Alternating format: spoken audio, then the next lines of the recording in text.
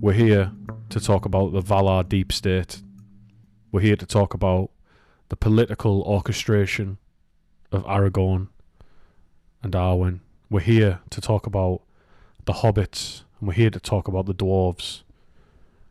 They don't want you to know all this, but we're through the looking glass today, and I'm joined by a couple of truth seekers.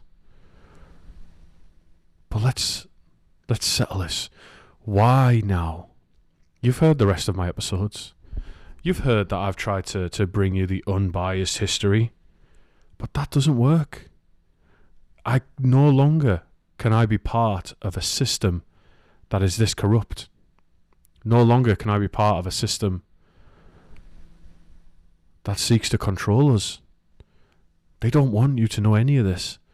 And there's things that you find when you go digging that we need to put out there. But first, we've got some things to talk about. We do.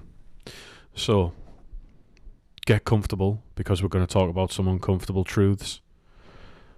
Make sure that you're in a good place, surrounded by people you trust, because they have spies everywhere. They do. They have spies everywhere, and they're all designed to make you look crazy. They're all designed to stop you from finding out the truth. Who are they? We're talking about the powers that be in Middle-earth. And who am I? I'm someone who asked a lot of questions, and that brought the wrong kind of attention.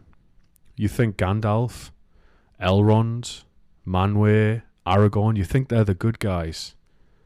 Well, I'm here to tell you that things aren't quite that clear-cut. So today, we're going to talk about some very, very deep truths. And we're going to start with the little people. We're going to start with the hobbits. Now, everybody seems to know from the histories that the hobbits are loyal to a fault. They're the heroes of the story. And they're all around the good guys. What if I told you they weren't, and they don't want you to know this, by the way. They don't want anybody to know this. If I end up floating down the Anduin, face down, with arrows in my back, 2 arrows in the back of my head, you'll know that it's because of this. Now, the hobbits, you know how they're similar to humans, but allegedly they're related to humans? Well, they're not, are they? They're not humans. But you know what they are, actually? Because buckle up, this is going to blow the hobbit doors out of your hobbit hole. You've been told, right? You've been conditioned by the state, by the powers that be, that the hobbits are just a quiet folk. They're just simple. They live in the Shire, they smoke a bit of pipe weed, and mind their own business. But let me ask you this. Why do they live in isolation? Why do they keep themselves hidden from the world? And why do they have such distinctive physical traits, like a smaller stature, an uncanny resistance to corruption, and most of all, an innate obedience? You see it within the hobbits' society. They're a very class-based society. They're very much... Look at Samwise Gamgee and Frodo. Look at the relationship there. That's master and servant. Now, why is it like this? Why are they so obedient to people like Aragorn and Gandalf? Now, I know what you're saying. You're saying, Chris, yes, well, Sam didn't trust them, but Frodo did. And Frodo was the one in the position of authority. So by proxy, Sam did trust Aragorn and Gandalf because Frodo did. And Frodo did because Bilbo did. So they were all conditioned to obedience. And the truth is, and again, I'm putting myself in danger telling you about this, the hobbits weren't a natural evolution of men. No, hobbits were bred. And they were bred by the elves. Now that's right. I said it. The hobbits were bred by the elves. The so-called wise, the so-called noble, the so-called firstborn children of Eru Ilúvatar, who walk under the stars, the all great beings who aren't that great. Now, They were a countermeasure to the orcs. And it's not in the way you were thinking. It wasn't exactly just a counter army. It was more of it was a power play. It was deeper than that. So we know the orcs were twisted, corrupted elves, right? They were a sick experiment by Morgoth. Or so they'd have you believe. To build a subservient race of warriors. And the elves weren't just able to sit back and let that happen. They needed to have their revenge. They needed to have a response. They needed to show that they could hold their own. So what did they do? They engineered a small race of non-threatening servants, people designed to be everything that the orcs were not. And the Shire's just their fucking zoo. It's just a pen to keep them in. So where the orcs are violent, the hobbits are docile. Where the orcs would crave war, hobbits crave peace. They enjoy gardening and they enjoy good tilled earth. It's all spelled out there in the books for us. And the orcs were loyal to Morgoth, and hobbits were programmed to be instinctively, quote-unquote, good and obedient to the, quote-unquote, good guys. Do you ever wonder why the hobbits seem so resistant to the corruption of the One Ring? It's not because they're pure of heart. It's because they were bred with a psychological firewall, a genetic failsafe that makes them resistant to corruption, and it makes them unwilling to embrace anything that the elves consider evil. Now, it's not what is evil, it's what the elves consider evil. The elves didn't want their creations turning against them like the orcs would do with Sauron and they would do with Morgoth. So they hardwired this simplicity and this loyalty straight into their DNA, right into their being, and they conditioned them. They love elf music. Now, have you ever noticed that when elves start singing, the hobbits tend to stand still and listen? What if it's that? What if it's frequencies? What if that's conditioning them, that we're just hearing the words? Now, remember, when we read the stories, we're reading a translation of it. We don't know that's what the songs actually say. What if it's just MKO? What if it's just frequencies and patterns of brainwashing that reinforces them? Because it makes sense, of course, because if elves encounter hobbits outside of the Shire, then they are going to want to make sure that their loyalty is still there. So they would sing and make sure that they could listen and hear them to make sure that their conditioning stays there. So let's talk about the Shire, right? It's unnaturally isolated. I know the world is big, but an entire country just forgotten, just gone in the rest of the world, especially when elves and dwarves and all that pass through. Like, not, and you know, there's other humans as well. Bree folk knew about it. Bree folk would talk. So that goes deeper. It goes deeper than that. Do you really think that the Rangers patrolled the Shire out of the goodness of their hearts, right? They just happened to like these people, so they would patrol a massive country just out of the kindness of their own hearts? No. They were keeping their experiments contained. They were keeping the elves' experiments contained. I'm saying it here. The Deep State extends between the elves and the Rangers of the North, and we'll get on to Aragorn as a political pawn. Because as the rulers of the Rangers of the North, Aragorn is part of that elfish Deep State. The elves had the Dunedain patrol the Shire to keep their experiments from being messed with, from being found. And who's to say that some of these hobbits who go on adventures and don't come back, what's to say that they just went at the wrong time, that you're not allowed to leave the Shire until it is time for you to be allowed to leave the Shire? It's too many questions that hobbits might start to ask when they see the outside world. And have you ever wondered why the hobbits have no recorded history of their own, and why their origins are so conveniently lost to time? Oh, and let's not forget Gandalf and his suspicious interest in the Shire. Pretty intense, by the way. Pretty intense, suspicious interest.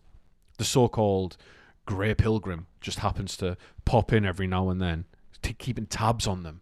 He's not there to be a friend. He's there to make sure that the elves' long-term experiments and breeding programs were going well. Because let's not forget, the elves serve the Valar. Gandalf serves the Valar, and it's in all of their best interest to have docile, obedient populations. So who benefits from the Hobbit's existence? The quote-unquote free peoples of Middle-earth? Think about it. Hobbits are the perfect pawns. They're disposable. They're underestimated. And they are loyal to a fault. Now, Frodo wasn't chosen to bear the ring. He was designed to do it on a biological level. Frodo was designed to do this. And remember, it's what the elves consider evil. For all we know, the One Ring might be an analogy for something. It might be an analogy for infinitely renewable energy. Who knows? But Frodo's the ideal ring bearer. He was small, unassuming, and incapable of fully succumbing on a biological level to what the elves considered evil, i.e. to Sauron. So the hobbits, they're told to us as if they're an offshoot of men. They're not an accident of evolution. They are the bioengineered counter-orcs. They are a living experiment in selective breeding, orchestrated by the elves from the Maiar, from the Valar, as part of a deep state program to create a race that will never rebel, that will never question, and will never stop trusting who they are told are the good guys.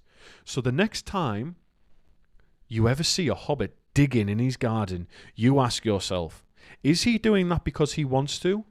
Or is he doing that because that is an echo of an ancient elvish experiment? Think about it. Okay, do we have time for our first caller? Okay, I think we're having some technical issues. That's fine. It happens. We're probably having the electricals interfered with because I'm coming to you from a secret base. Okay. We had some technical problems, but we're going to have to move on. The hobbits, we know, bioengineered.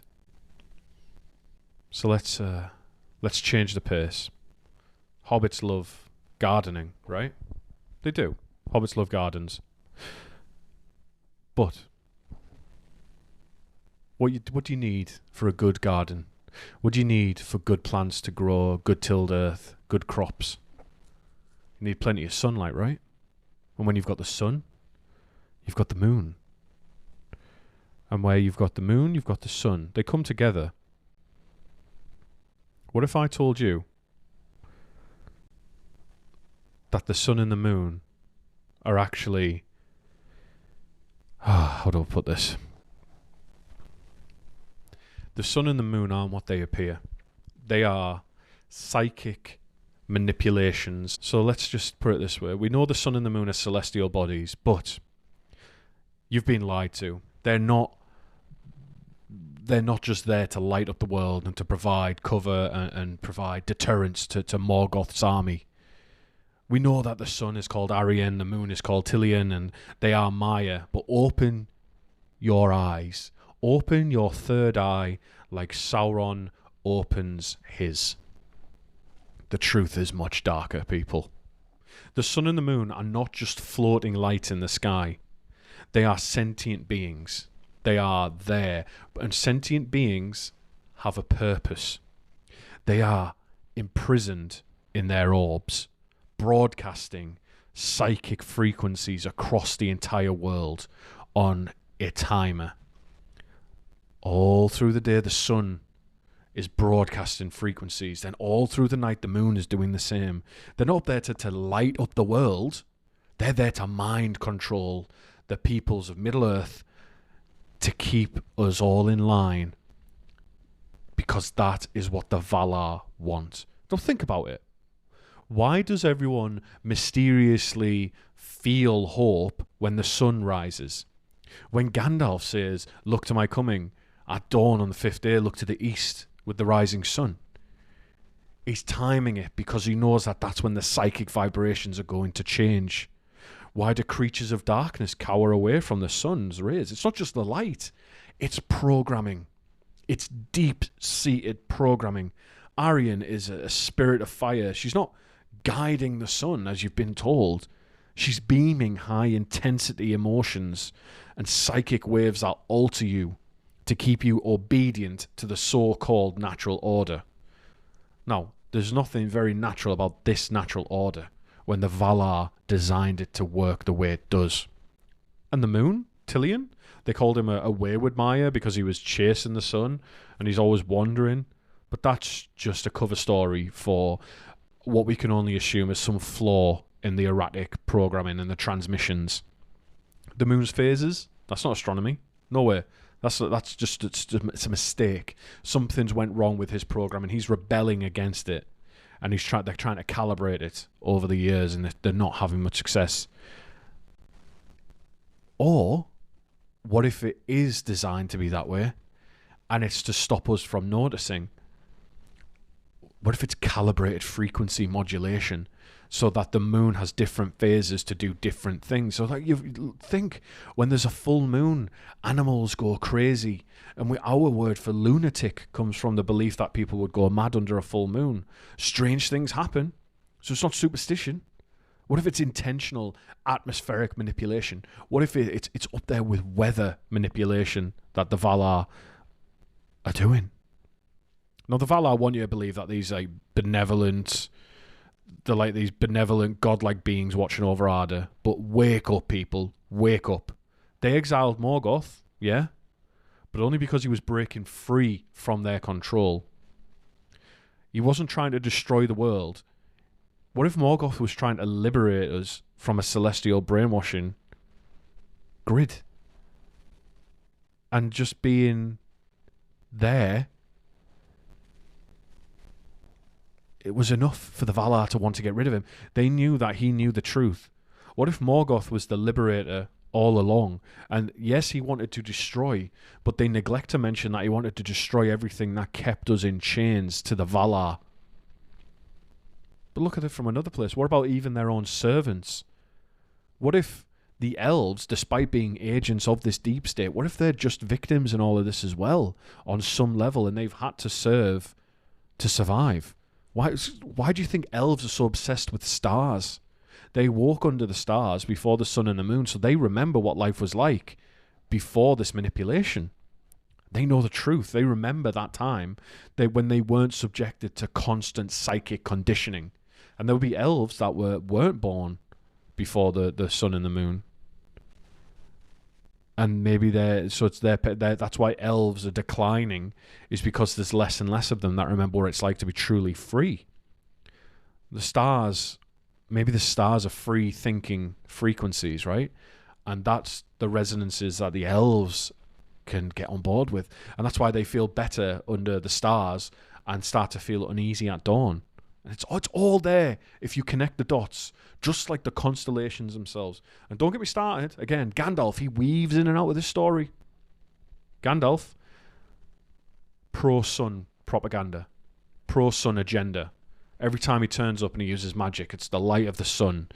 It's when he comes back as Gandalf the White, it's like it's described as he's sat there looking as if he's surrounded by the sun. And then when he's in his white cloaks, it's like seeing the sun come out from behind a cloud. And he sits down in Fangorn and his hands are full of light, like the sun.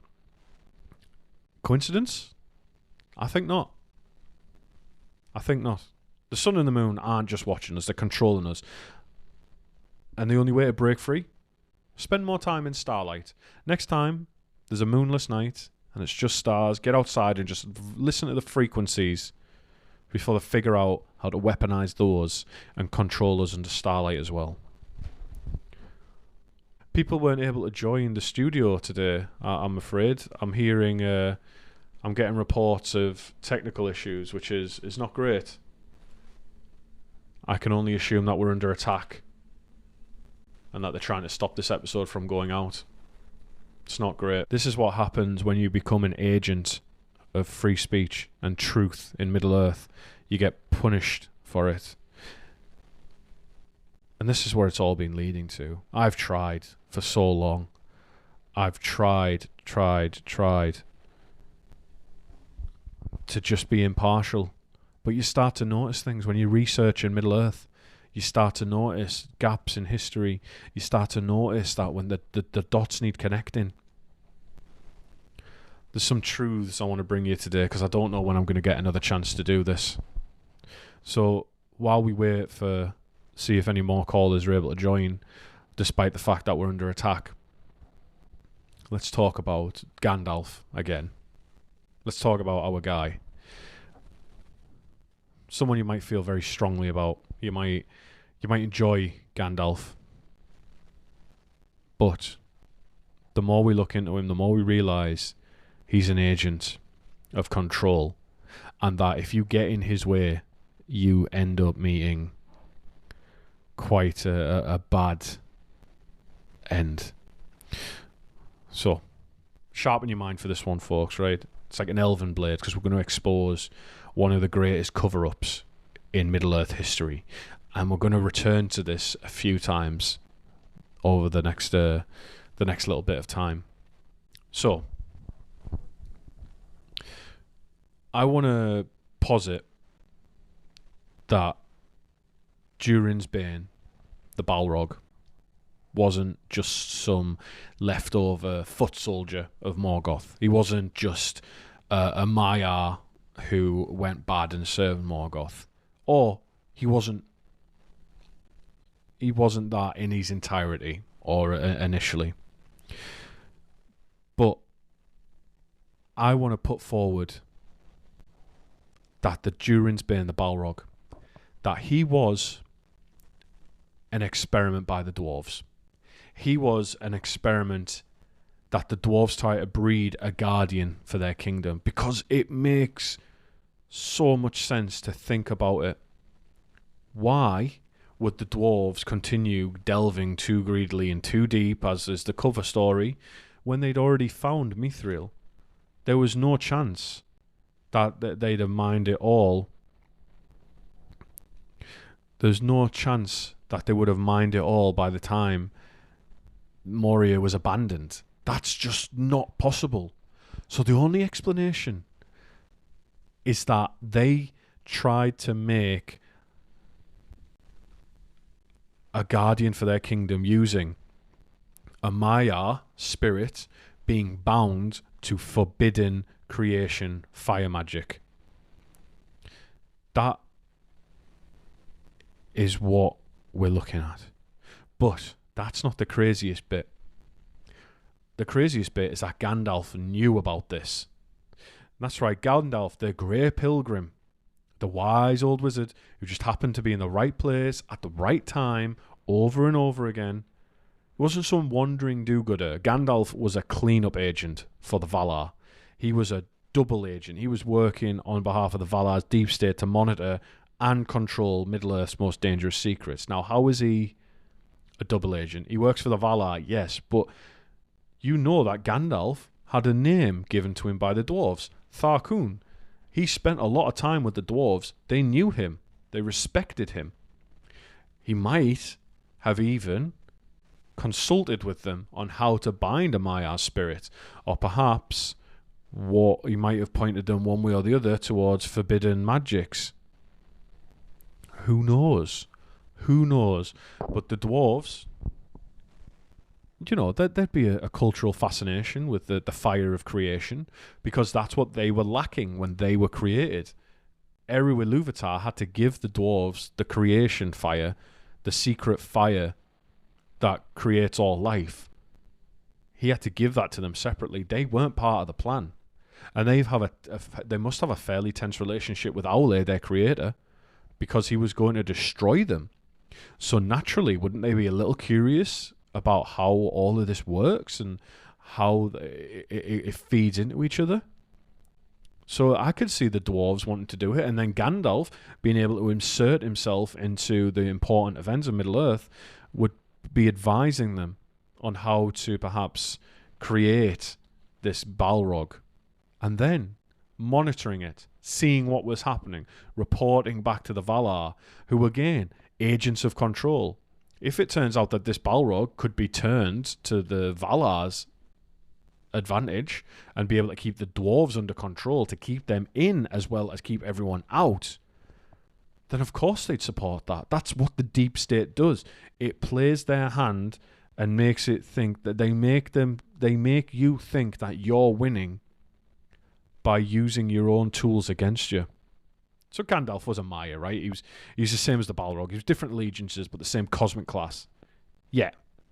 When the Fellowship entered Moria, which I'll come on to in a second, by the way, he put up a big fight about not wanting to go there, but lo and behold, their path led there anyway, perhaps by his design. Gandalf acted shocked when they went into Moria. Really, Gandalf? You didn't know? Really? Who were you fooling? Not us. Not us. Everyone in history knew that the dwarves had delved too greedily and too deep, and everyone knew that Moria had been lost, and everyone knew that there was something called Durin's Bane. So you're telling me Gandalf didn't know? Bullshit. This place had been a no-go zone for centuries. I do not buy it, and neither should you. He knew. In fact, I would give my last piece of lembas bread that Gandalf wasn't just aware of the Balrog, that he was sent there this time to deal with it. But he wasn't just sent to kill it. That's not enough. He was sent to make sure that nobody would ever find out about its origins. So remember how Gandalf led the Fellowship through Moria, even though Aragorn explicitly warned against it. It wasn't a blunder. Gandalf doesn't make mistakes like that. That is not how he works. It was intentional. Gandalf needed an excuse to enter Moria under the guise of accidentally encountering the Balrog, but that was his aim the whole time. Why? Why would this be? Because the Valar's Deep State, they couldn't risk anyone, not even an elf like Legolas, not even Gimli, who was a dwarf. They couldn't chance them stumbling on the dwarves' failed experiments because they wouldn't want it being replicated. They wouldn't want that knowledge getting out. And so they arranged matters like that. So what happens when Gandalf fights the Balrog, right? Well, first of all, they fall into the abyss. That's it. That's what we know happens. They fall into the abyss. That is the end of it. The rest of it comes from Gandalf's account of what happens next. He battles the Balrog through the depths of Moria, up the Endless Stair, onto the peak of Ziraxagil. And we only have Gandalf's word on all of this. And then who shows up? Get this? Who shows up? One of the most obvious agents of control? The Eagles. Of course they do. Of course the Eagles turn up. So Gwahir, so-called Windlord, appears out of nowhere to quote-unquote rescue Gandalf, as if I just happened to be nearby. But let's be fucking real 1 second. This wasn't a rescue. This was a clean-up operation and then an extraction. Gandalf was sent there to kill the Balrog and completely erase the evidence. He wasn't sent there just to kill the Balrog. He was to erase any evidence that this ever happened. So the Eagles were then sent by the Valar to extract their agent from the top of the peak, Celebdil, I think it's the mountain. And then, I imagine, a lot of the Eagles would have taken the evidence, scattered it to the four winds far and wide. There would be no trace of what really went down. And remember from the book, the Endless Stair is broken at the top, so now nobody can even get up there anymore. The Endless Stair was once lost, but then it was found, then it was broken. And it was broken conveniently by the only person who knew exactly what had happened. So then Gandalf comes back as Gandalf the White, and now he's different. He's more powerful, but he's also more cryptic. He's more remote. And this is what happens after a debrief, a heavy debrief. He didn't just get magically promoted. He now got reassigned. His duties were now different. The agent was redeployed to the field for different duties. The Valar pulled him in, debriefed him, scrubbed the truth, and sent him back out into the world as their enforcer, their fixer, to make sure now that is dealt with, that the Fellowship stays on script for the rest of this farce. Because we've now got the political machinations of the future king of Gondor, who just so happens to be becoming the leader that the people need after spending his entire life in obscurity, because now allegedly it was the chosen time for him to rise up. And why now instead of any other point in history? Who knows? Then you've got the biologically engineered hobbit, who is designed to bear this ring to carry out the Valar's plans and the elves' plans. You've got the elf, an insider agent of the Deep State, and then you've got Gimli the dwarf, perhaps the most dangerous of anyone in the Fellowship, but I'll come on to that last. So you ever wonder why Gandalf always seems to know where he needs to be, to where the eagles will show? So at Mount Doom or Orthanc at the Battle of the Black Gate. It's not luck. It's because he has direct communication with them. They are his intelligence network. They are his surveillance equipment. He is given insider knowledge by the Valar to achieve their goals at all costs. And that's when we realise the Eagles are the secret police. They swoop in when things get close to exposing the deeper agenda of the Valar. They, the Eagles and Gandalf, herded the Fellowship like little entlings, like pawns on a chessboard. He manipulates the dwarves' tragedy in Moria to bury the truth about Durin's Bane, and he uses the eagles to control the flow of information about the rescues to suit his narrative. So, the next time we talk about Gandalf, think. Why did he really lead them into Moria? Question this. How did the eagles always know when to show up? Awfully convenient. It's a very big world. It's such a big world, mind you, that the Shire was lost. And who benefits from keeping the Balrog's origins a secret? Because Gandalf wasn't just fighting the Shadow, remember? It's not just good and evil. He was working for a higher power, making sure that people in Middle-earth like you never learned the truth. Our callers, we're under attack here. We are. They're trying to cut us off. I can't hear the playback on my microphone, so the audio might not even come out of this. There's something very wrong technically today. It's not great. It ain't good. But we've talked about the Valar's Deep State. So now we're going to crack it wide open. I've talked about it enough, right? We know the Valar. They are the angelic stewards appointed by Eru himself. They're not who you think they are. They're not who they present themselves as. They are the architects of an ancient cosmic deep state that is designed to keep Middle-earth in chains. And it's not about good or evil. It's about control. And what's my evidence for this? Let's start with the basics. They rule from Valinor, from Aman, a perfect, untouchable realm in the west, where the grass is greener, the skies are bluer, nothing ever goes wrong. Allegedly. Meanwhile, Middle-earth, absolute shitshow. So-called free lands, i.e. not fully under control, makes it bad because it's free, is a war zone. It's a mess. It's chaotic. Constantly on the edge of ruin. Time and time again suffers apocalyptic cataclysms. Constantly. Why? Because it is by design. The Valar don't want a peaceful Middle-earth. They want a controlled conflict. Now think about it, right? They exiled Morgoth, the only dissenting voice amongst their ranks. They destroyed him. But they didn't destroy him first when they had a chance, if they really wanted to get rid of him. No, they banished him at first, remember? They banished him to Middle-earth, ensuring he would spread his corruption. This was planned. He is a convenient villain to justify their interference and their influence. Then they allowed Sauron to rise twice. Once under Morgoth in the First Age. Well, maybe even 3 times. Once under Morgoth in the First Age. They didn't intervene directly, remember?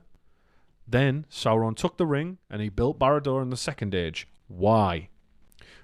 Why is this allowed? Because a Dark Lord, an enemy, keeps the people divided and afraid. And when people are divided and afraid, it makes them easier to control. Then the Valar let Numenor fall.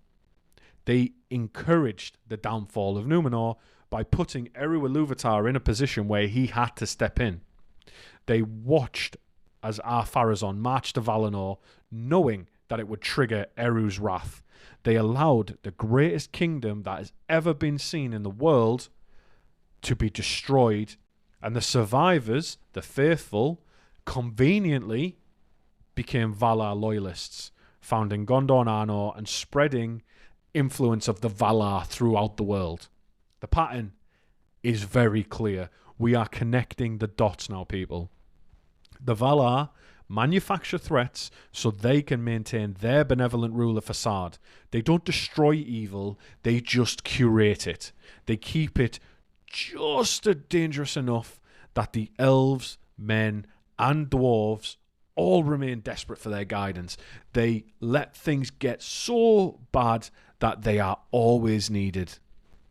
And let's talk about the saddest part of this, the ultimate form of control, the elves. Because they're not just the firstborn, they're also the Valar's agents in Middle-earth. And this started way back when. This is a loyal elite that is used to enforce the will of the Valar. Now, the Eldar, the first elves that ever made the great journey to Valinor, they were indoctrinated by the Valar fully before they returned to Middle-earth. Then they came back and they convinced more elves to undertake the great journey to go to Valinor. And they did. And then the ones who went were all indoctrinated. And then they came back again. The Noldor came back. Some of the Teleri may not have come back. Some of the Grey Elves didn't get to Valinor, but they still had Melian the Maiar, who would have indoctrinated them. And it was described as it was like looking into a reflection of Valinor. So she must have been just as good at indoctrination to elevate those elves into the servants the Valar needed as well. These elves that came back from Valinor, they don't come back as free entities anymore. They come back as ambassadors of Valar ideology, Valar beliefs. They come back as agents of control. Galadriel, for instance, talks a big game about defying the Valar, but she still obeys them. She still obeys their will when push comes to shove. She doesn't challenge their rule. She just enforces it from a distance. She enforces it from Lothlorien. And her reward, by the way, is to go back to them. That's her reward at the end. That's where she stands. She doesn't stay in Middle-earth. That was what she wanted, allegedly, her entire life. She gets to go back to Middle-earth. Even the Rings of Power, the big ones, forged by Celebrimbor, Valar-approved technology, an experiment in magical control disguised as magical gifts, disguised as strength and preservation. Notice how the 3 elven rings don't corrupt their bearers. And you might say it's because Sauron never had anything to do with it, blah, blah, blah, blah, blah. That's because it doesn't matter. These rings, because the theme seems to be that power corrupts. Bollocks. These rings were never, ever, ever meant to corrupt their wearers. They were an experiment sanctioned by the Valar. That Ostin Ethil and Eregion and the Gwaithir Miradyne, the Jewelsmiths, that was Middle-earth's Area 51. And that was sanctioned black site technology that was developed there. That's what that was. They were handed to 3 of the most powerful elves to use as agents of control, tools to solidify the elves' dominance as the Valar's chosen enforcers upon Middle-earth. That's why they didn't face the same dangers that the dwarves and the men did, and anyone who interacts with the One Ring. And when someone actually does try to break free of the Valar's influence, let's see what happens. The dwarves, Aule's creations, they were never, ever, ever fully trusted. That's why it made history when Gimli was allowed to go west. And do you know why he was allowed to go west? because he broke the conditioning of the dwarves from being free and actually accepted the indoctrination of the Valar. He was allowed to go there because he was a fucking house slave. He was a fucking Uncle Tom who bought into what the Valar selling, and he was allowed to go as an example that even the dwarves, the mighty dwarves, could be indoctrinated. The dwarves themselves, they were born from a rogue project. They were born from defiance, and the Valar kept them marginalised ever since then, forcing them underground, denying them a homeland above the surface. Dwarves might argue back and say, well, we love to be under the mountains. Yeah, after thousands of years where you've had to do that, of course you'd lie to yourself. You would say that to yourself. Maybe they love green grass just as much as everyone else, but because the Valar forced them underground, they've never been able to know that. Gimli seemed to prosper in the West. That's all I'm saying. So open your third eye. Other people who try to break free of the Valar, men who sought independence, humans who sought independence, the kings of Numenor, mercilessly harassed, mercilessly punished the moment they stepped out of line for what the Valar wanted. The moment they dared question why the West was closed to them, the entire island is sunk beneath the waves. Though not just the men, but the women and the children too. Innocent people were killed because someone dared question the status quo. Even hobbits, seemingly too small, were kept in blissful ignorance in the Shire, guarded by rangers who are agents of the Valar-backed kingdoms, by the way, to make sure that they never ask too many questions. And of course, as well as the elves, we've got the eagles, the surveillance network. We've already covered them. Not just messengers, they're enforcers. They watch from above. They swoop in when the Valar's interests are threatened. They rescue Gandalf from Orthanc. They retrieve him from the peak of Zaraxagil. They appear at the Battle of the Black Gate. They are there to protect assets. That is what they do. They are the secret police who maintain the narrative. And of course, you know the answer by now. Who's the main operative? Who's the main guy? It's Gandalf, handpicked by the Valar to, quote-unquote, guide the people of Middle-earth. But what was he really doing? Because he wasn't helping men and elves break free. He was managing them. He was getting things into the state they needed to be. He wasn't freeing anyone. He was making sure that the board was arranged in the way the Valar needed to do. He steered the Fellowship. He got representatives from all races and steered them as a fucking propaganda piece. They were the fucking, do you know, the most forced DEI shit where you know it's not real representation, like when a company does it for like Black History Month or Pride Month or something, where they're like, right, wheel out the gays and the blacks. That's what the Fellowship was to Gandalf. It was like, here's a sign that we're unifying the whole world. Give me 4 of the short ones, one of the slightly shorter one, give me the twink, give me, I'll go, and then give me 2 men as well. And that's how the Fellowship was picked. It was just a fucking diversity practice. He led them into Moria, a disaster that served his own ends, by the way. He communicated with the Eagles, part of a higher chain of command. Like, this is what Gandalf does. He plays it from all sides. And when he dies, he comes back reprogrammed. He's come back with different orders now. He is just the John Wick of the Valar. He can get done anything that needs to be done. He came back with a promotion, with more power. He got an upgrade. He came back as the Gandalf the White. It was, and check this out. It wasn't when he came back. Saruman had gone off the deep end, right? Saruman had went off script. So what was Gandalf? He was just a restructure. He was a corporate restructure. There was an organisational change, and Gandalf was promoted to the head of enforcement. It's the Valar. What's the end game, right? What do they want out of this? Well, they don't want Middle-earth free. They don't want that. They want it manageable. That's all they want. That's their end goal. It's not free. It's manageable. They cultivate evil just enough to justify their own existence. They keep heroes and kings in check.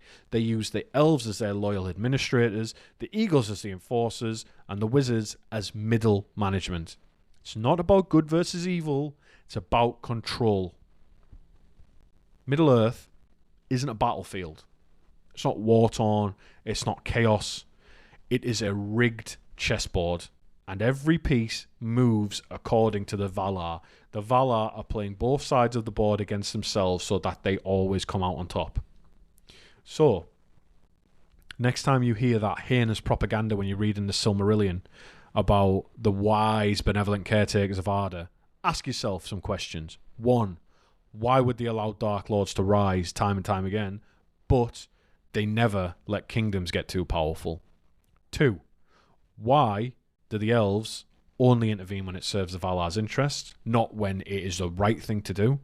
And 3, why, after thousands of years of struggle across 3 ages of the world, has Middle-earth never broke free from the shadows that the Valars allow to exist?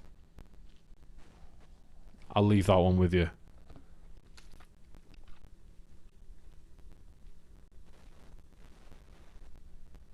My throat went very dry. It's hard bringing the truth to people. It's very hard. Oh, do you think we've got 2 more in us? I think we might.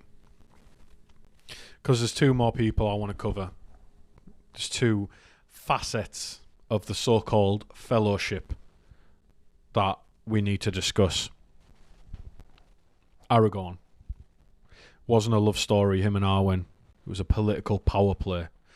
That's what I'm bringing to you now. Open your eye. Open your eyes. Look past the programming. Look past what you've been conditioned to believe by shows and movies and books and everything else. It was a political power play set up by Elrond, already established as an agent of the Deep State. It was orchestrated as a way for the elves to consolidate absolute control over Middle-earth. Let's break it down, right? Aragorn's bloodline. We've already mentioned, conveniently, the only people who escaped Numenor were loyal to the Valar. This is a long-term project, and I know there was some Black Numenorians. Of course there had to be, but there was more faithful. They had to make it look convincing. So let's ask us a real question, right? Why did the Valar let Aragorn's bloodline survive at all? Because we're told that he's the last heir of Isildur, descended from the King of Numenor, blah, blah, blah, blah, blah.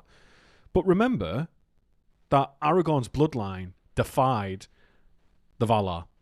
Ar-Pharazôn marched on the army, trying to claim immortality, blah, blah, blah. But somehow Isildur and his line escaped. Now, the question would be, why was Elendil, Isildur, Amandil, well, Amandil didn't escape, Anarion, allowed to escape when all the women and children weren't? They were just as innocent. So why did the Valar allow them? Well, because, again, they didn't want to wipe out the bloodline. They just wanted to curate it. The faithful were conveniently preserved, becoming the founders of Gondor and Arnor, ensuring that the longevity of the Valar's control again. Isildur's bloodline, in case you're not spotting this yet, it wasn't an accident. It was a controlled remnant of an old regime. The Valar kept the line alive, knowing that they might need a king at some point who was powerful enough to unite Middle-earth, but obedient enough to serve their interests. Aragorn was simply the product of waiting for that sweet spot to use their ace in the hole. And he wasn't a free man. He wasn't free. He gets to the door of Meduseld and he says, "It seems wrong to me that the will of Theoden should overcome the will of heir of Elendil." He wasn't fucking free. He was the product of breeding. He was just like Paul Atreides in Dune. Aragorn was the product of generations of careful political breeding. And who made sure that this line survived? Elrond. Which brings us to the real heart of what I want to talk about. Elrond is a kingmaker. That is what Elrond is. He wasn't just a wise elf. He was a political operative. He was there at the last alliance. He held Isildur's broken sword, waiting for the right heir to claim it. Quote unquote right. And I think it's St. Thomas Aquinas who came up with the idea of a just war. And when you're talking about morality, you've always got to ask, whose morals? So, Elrond waiting for the quote-unquote right heir is who Elrond decides. And more importantly, Elrond controlled Aragorn from when he was a child. When Aragorn's father died, and his mother, Elrond took the boy in, raised him, and even hid his true identity until Aragorn was of age. Why? To control the narrative. He was being groomed. He was being conditioned. He was being groomed for the purposes of what he needed to do. And don't get me started on whether he was groomed by paedophile elves. That's beyond the scope of today. I don't know. Go and see my latest video about elf twinks. That might shed some light on it. But what was the real clincher in all this stuff with Aragorn and Elrond? Well, of course, it was Arwen. Just the nail in the coffin. This was what it was. This is what clinched Aragorn's loyalty forever and ever and ever, beyond any doubt. We're told it's a story. Aragorn and Arwen fell in love and Elrond refuses to let them marry unless Aragorn becomes king of Gondor. Blah, blah, blah, blah, blah. That wasn't a father protecting his daughter. That was a very shrewd manipulator delivering an ultimatum. Get me what I want and you can have the prize. That's exactly what that was. We've seen it again, time and time again with elves. Thingol does exactly the same thing to Beren in order to marry Luthien. Who were these guys' ancestors, by the way? Get me what I want, you can have my daughter. And what did Elrond want? It wasn't something as simple as a Silmaril. It was a united Middle-earth that he could pull the strings behind the scenes. And remember, again, I've just mentioned it, Arwen wasn't just Elrond's daughter. She was a descendant of Luthien and Thingol, tied to the most ancient and powerful bloodline in Middle-earth. It wasn't about love for marrying her. It was about reuniting Elven and Númenórean power and binding them together. So the Valar ensured that Aragorn would stay loyal to the cause by binding Arwen to him. This ties the last king of men to the Elven elite and a dynasty merge that keeps both races controlled by the Valar. And they symbolically did this with Elrond by just making him Aragorn's guardian. Now, let's talk about someone who you wouldn't think would really come into this. And that's Gollum, right? Let's talk a little bit about Gollum here. You might think it doesn't really have much to do with it, because Gollum he wasn't just a tragic figure, was Gollum. He was a weaponized asset. Aragorn didn't capture him out of some noble quest. He did it because it was part of Aragorn's plan. So everybody has plans. Everybody in power wants power, and they've all got machinations. Gollum's capture gave the Fellowship the final piece of the puzzle. Gollum being captured by Sauron allows Sauron to know where the Shire is, forcing Frodo to flee. That ends the 17 years where Frodo is doing fuck all. And the escape from Sauron, his escape wasn't a fluke, right? Frodo escaping from the Ringwraiths was designed by Aragorn. It was a way to make sure that Sauron's eye kept fixed on the ring, creating the perfect crisis for Aragorn to step up as a leader. And Gollum's journey with Frodo and Sam towards the end of the story wasn't just a struggle for the ring, it was Aragorn's unseen hand. He was moving the pieces across the board.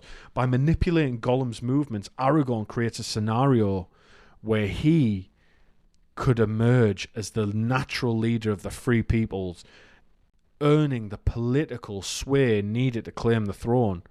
Gollum wasn't a wild card in this. He was Aragorn's controlled variable. It was Aragorn who was moving these pieces. And he sent Gollum, he set that all into play to give Sam and Frodo, get them led away towards Mordor to make sure that the ring would be destroyed. And that was a gamble. And it paid off for Aragorn. And he did become the quote-unquote reluctant king. Because he does this whole humble ranger routine. It's just propaganda. He's just trying to do humility himself. Because nobody who wants power wants to look as if they're clawing for it. You get less respect. So he needs to be seen as a hero who has leadership thrust upon him. Because the Valar Deep State needed this puppet.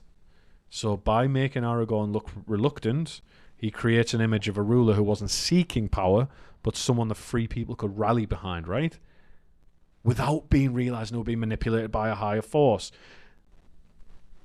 And it worked. It bloody worked. Because once Aragorn was crowned, what did he do?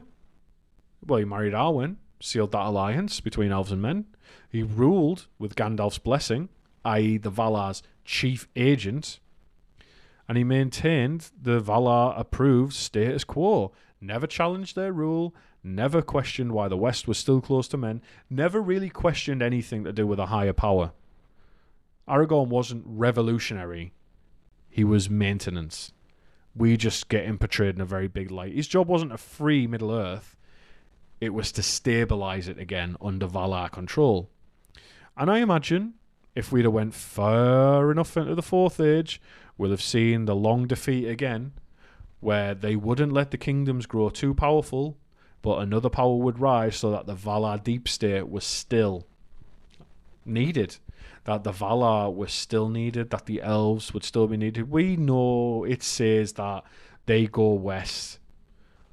But maybe that was it. Maybe it was Aragorn was enough of a maintenance king that they were able to safely withdraw their agents, knowing that forever and always Middle-earth would be able to handle itself just enough under the dynasty of Aragorn. Who knows? My friends, comrades, truth seekers, we're coming towards the end today, and I've saved perhaps the biggest revelation until last. It's time to wake up, because this one is the kicker. Today, we are blowing the lid off what might be the most overlooked conspiracy in Middle-earth. It might be even bigger than the One Ring, because it extends to both sides of the conflict. You think the One Ring was a bigger scheme? No, not really. There was a real puppet master who was behind everything. It wasn't Sauron, wasn't the Valar. It was Gimli. It was Gimli, son of Glowin. No. It wasn't just about wars and armies. Gimli wasn't just a warrior. He was an economic operative operating a shadow economy right under everyone's nose. So let's be real, right? Let's be real. Let's set some truths aside. Let's set some falsehoods about dwarves to the side. Dwarves were never just miners.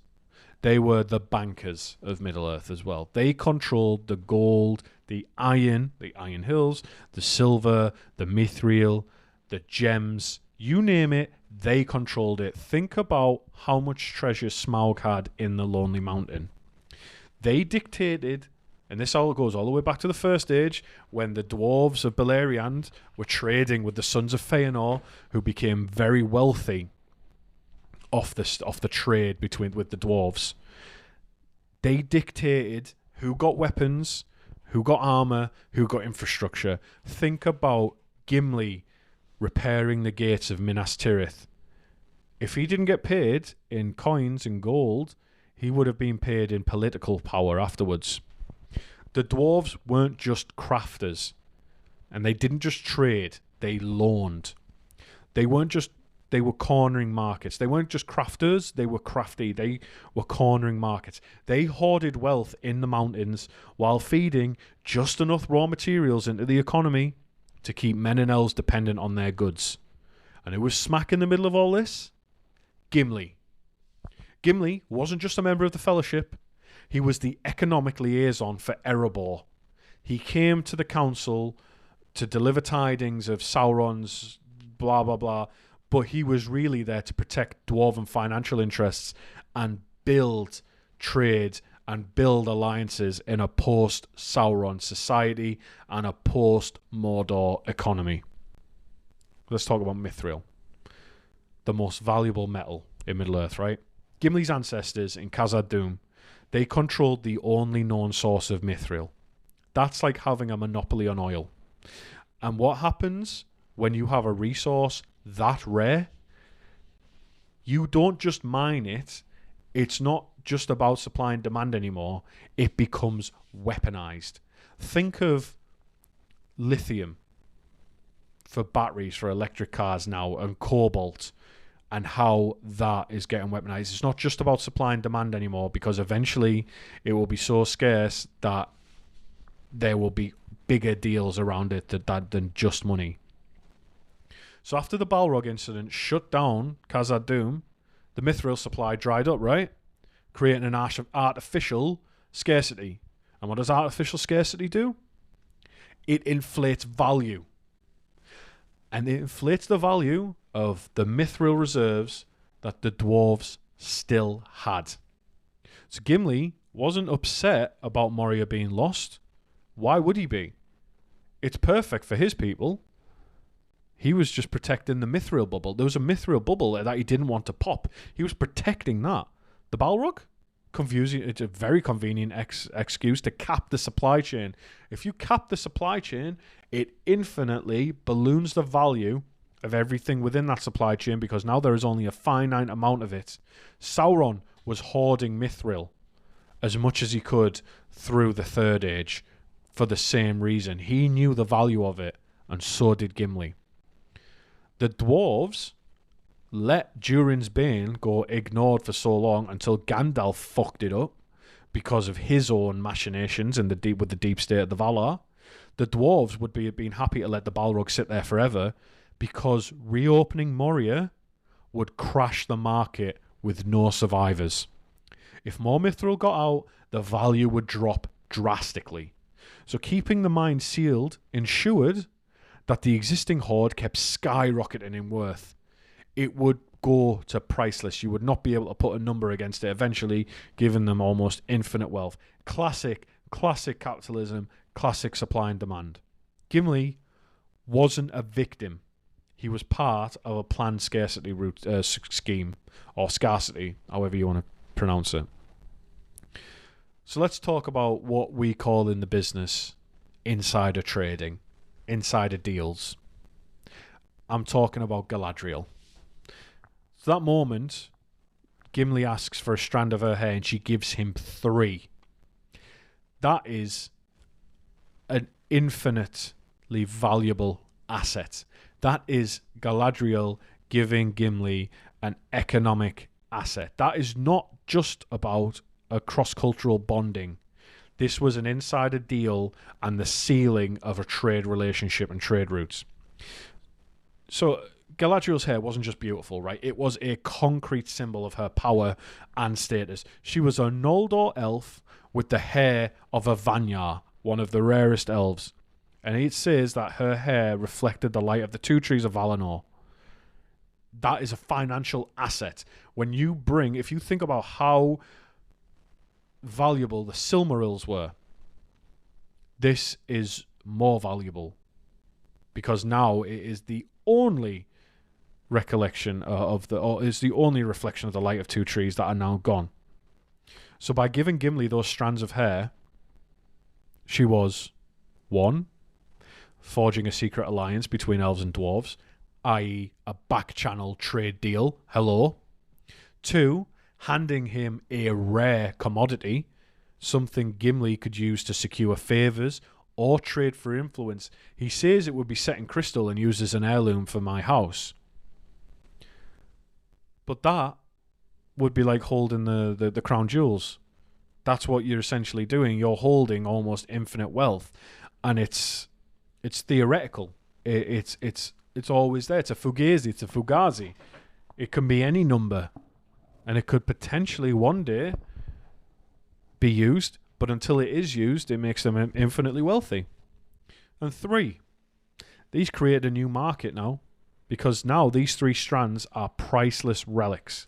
So Gimli walks out of Lothlorien better than anybody else in the Fellowship, not just with a token of Galadriel's love or favour, whatever, but with an untraceable, high-value economic asset that can buy him political sway in any place in Middle-earth, even in his own home of Erebor.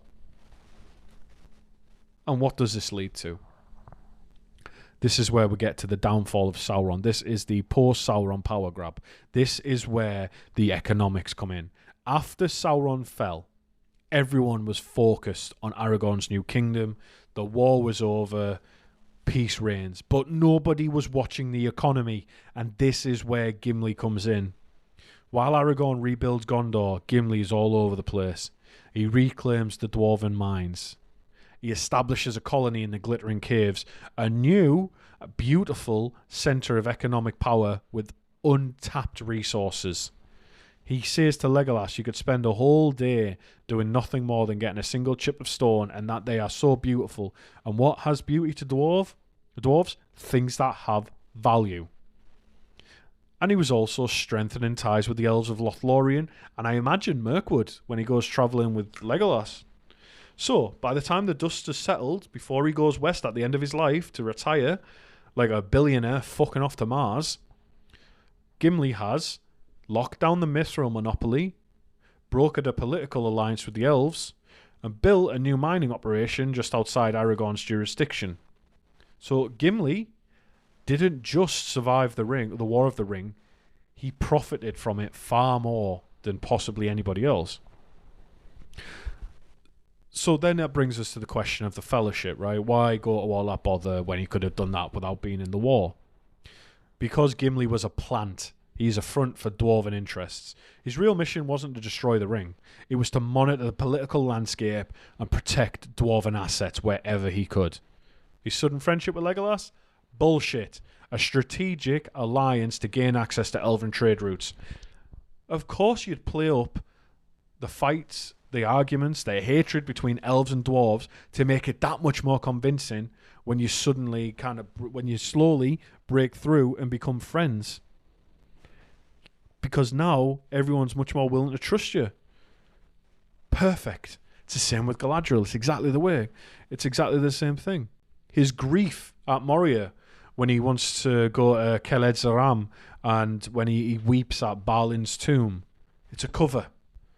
All of this is to make it more believable to maintain a Mithril embargo until he is ready to make sure that if the mines do open again, it's under his dwarven controls. So in summary, for this insightful look through the harsh truths of Middle-earth, Gimli, for me, wasn't just a side character.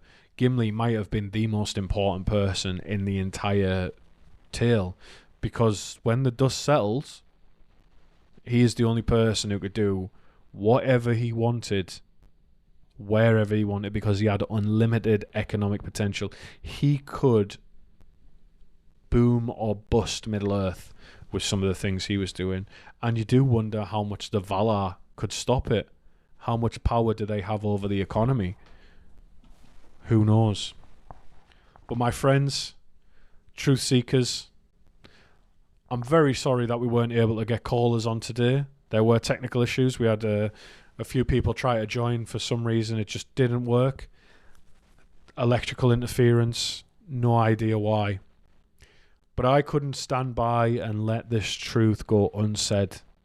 I hope that you've opened your third eye, that you become aware of the psychic vibrations that are recalibrating your biology under the sun and the moon to make you more malleable to the Valar Deep State.